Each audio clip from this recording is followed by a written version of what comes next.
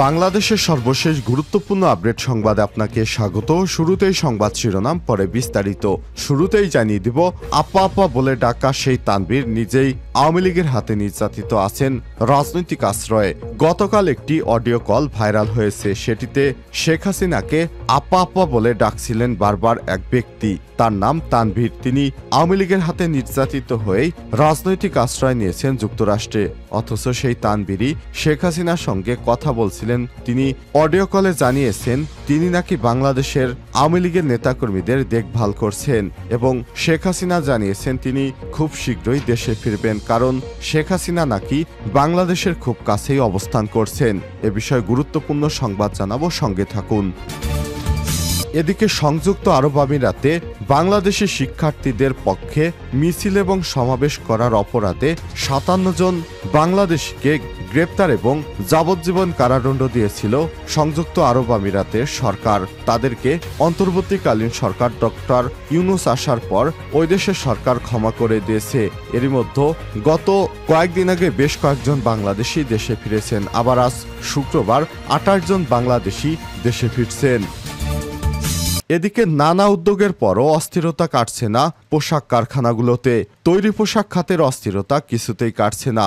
বেতন বৃদ্ধি সহ নানা দাবিতে প্রতিদিনই বিভিন্ন স্থানে শ্রমিক অসন্তোষ দেখা দিয়েছে। এর ফলে নানা স্থানে পোশাক কারখানা বন্ধ রাখতে বাধ্য হচ্ছে পোশাক মালিক শ্রমিকদের সংগঠন। এরই ধারাবাহিকতায় গতকাল আশুলিয়া সাভার এলাকায় 219টি কারখানা বন্ধ রাখা হয়েছে। জানিয়ে দিব, এ মাসের প্রথম সপ্তাহে রেমিটেন্স এসেছে 7,000 কোটি টাকা। চলতি মাসের প্রথম সপ্তাহে রেমিটেন্স এসেছে 58 কোটি 45 লক্ষ মার্কিন ডলার, যা বাংলাদেশি মুদ্রায় 7,014 কোটি টাকা।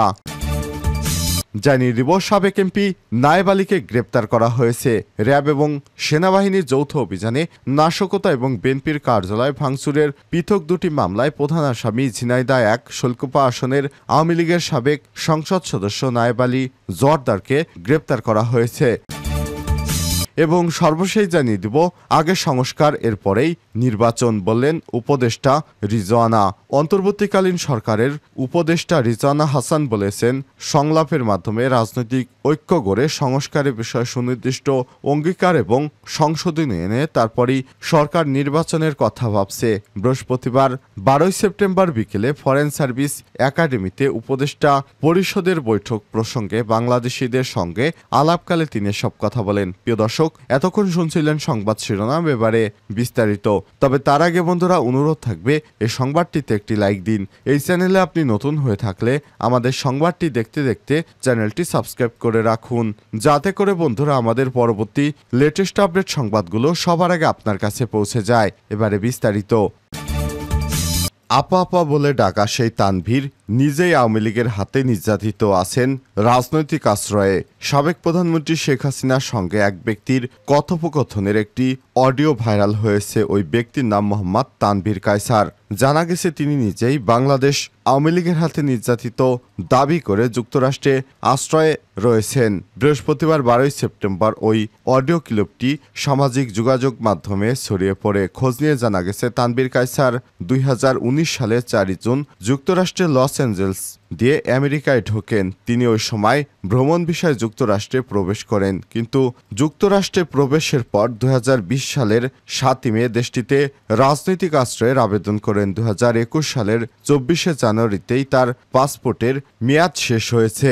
শেখ হাসিনার সঙ্গে ফোনালাপ ফাঁস হয়ে তানভীরের জন্ম 7 ডিসেম্বর 1989 সালে। তানভীরের বাবা সুলাইমান কায়সার এবং মা নীলুফার ইয়াসমিন। তার স্ত্রীর নাম রুকাইয়া আজাদ। উল্লেখ্য, গত 5 আগস্ট ছাত্র জনতার আন্দোলনের মুখে পদত্যাগ করে দেশ ছেড়ে ভারতে পালিয়ে যায় শেখ হাসিনা।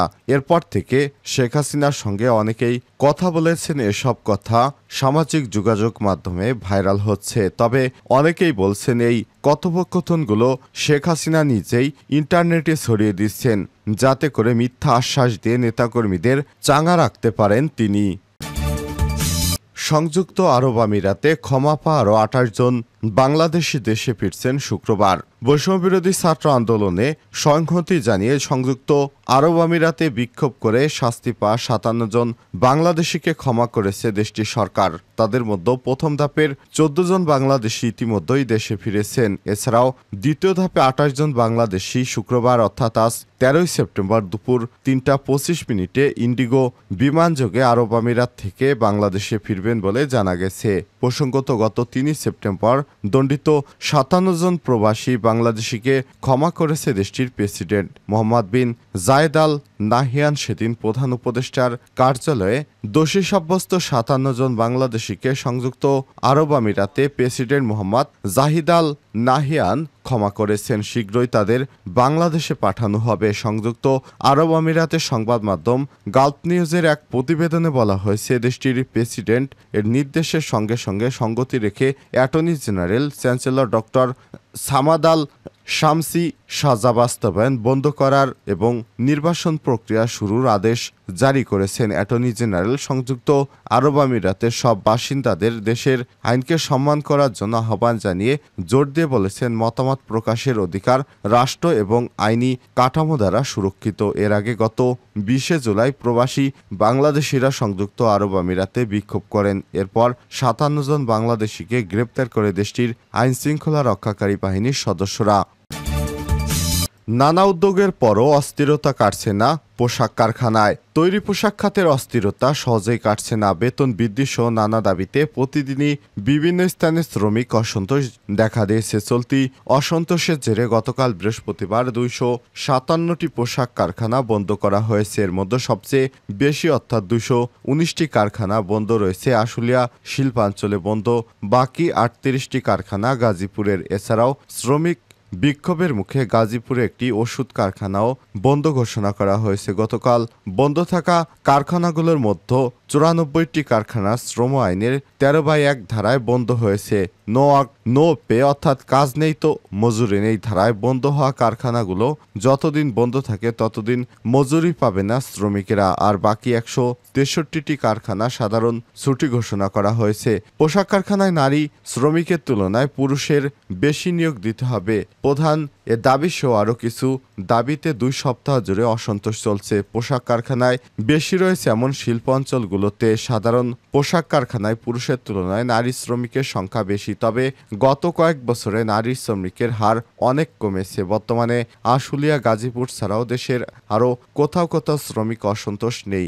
নিয়মিত রপ্তানি কার্যক্রমে রয়েছে দেশে এ ধরনের পোশাক কারখানা আছে ২১৪৪টি অর্থাৎ বাকি ১৮৮৮টি কারখানা খোলা রয়েছে। সাভারের প্রতিনিধিদের পাঠানো তথ্য অনুযায়ী সাভারের আশুলিয়া শিল্পাঞ্চলের শ্রমিক বিক্ষোভের মুখে গতকাল ২১৯টি কারখানা উৎপাদন কার্যক্রম বন্ধ রাখা হয়েছে। তবে বৃহস্পতিবার সকাল থেকে সাভার আশুলিয়া শিল্পাঞ্চলের অধিকাংশ কারখানায় কাজে যোগ দিতে দেখা গেছে শ্রমিকদের। শিল্পাঞ্চলের কোথাও কোথাও সড়ক অবরোধ সহ কারখানার সামনে হামলা এবং ভাঙচুরের ঘটনা ঘটেনি। তবে আগে থেকেই কিছু কারখানার অভ্যন্তরীণ বেশ কিছু দাবি দেওয়া নিয়ে শ্রমিক অসন্তোষ চলছিল।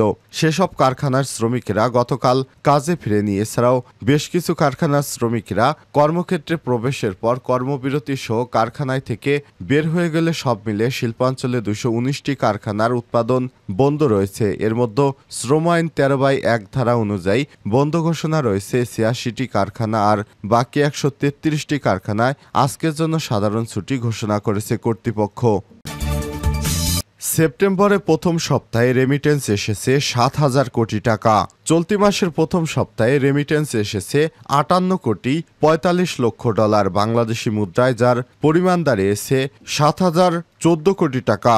বাংলাদেশের ব্যাংকের তথ্য মতে বিভিন্ন দেশে বসবাসরত প্রবাসী বাংলাদেশিরা সেপ্টেম্বরের প্রথম ৭ দিনে রেমিটেন্স পাঠিয়েছেন ৫৮,৪৫,৪০,০০০ আর প্রতিদিন আসছে ৮,৩৫,০০,০০০ করে।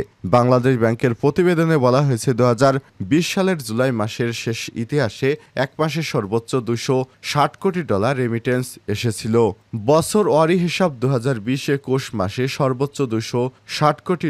এই হিসাব অনুযায়ী সর্বোচ্চ রেমিটেন্স ওটি ছিল। তখন বাংলাদেশের বৈদেশিক মুদ্রার রিজার্ভ ছিল প্রায় $৪৮ বিলিয়ন।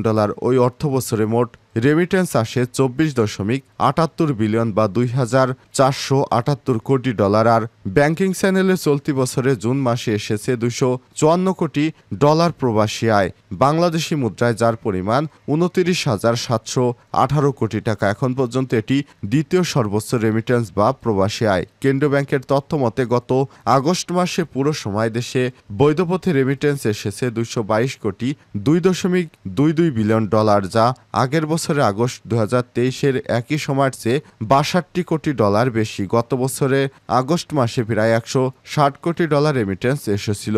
চলতি বছরে 2024-25 অর্থ বছরে প্রথম মাসে জুলাই শেষে 190 কোটি মার্কিন ডলার রেমিটেন্স আসে। তাছাড়াও জুন মাসে 254 কোটি 16 লক্ষ মার্কিন ডলার রেমিটেন্স এসেছে দেশে। তার আগে 225 কোটি 38 লক্ষ ডলার আসে। এছাড়াও প্রবাসীরা এপ্রিল 204 কোটি 42 লক্ষ, মার্চে 199 কোটি 70 লক্ষ, ফেব্রুয়ারিতে 216 কোটি 45 লক্ষ, জানুয়ারিতে 211 কোটি 31 লক্ষ মার্কিন ডলার পাঠিয়েছেন।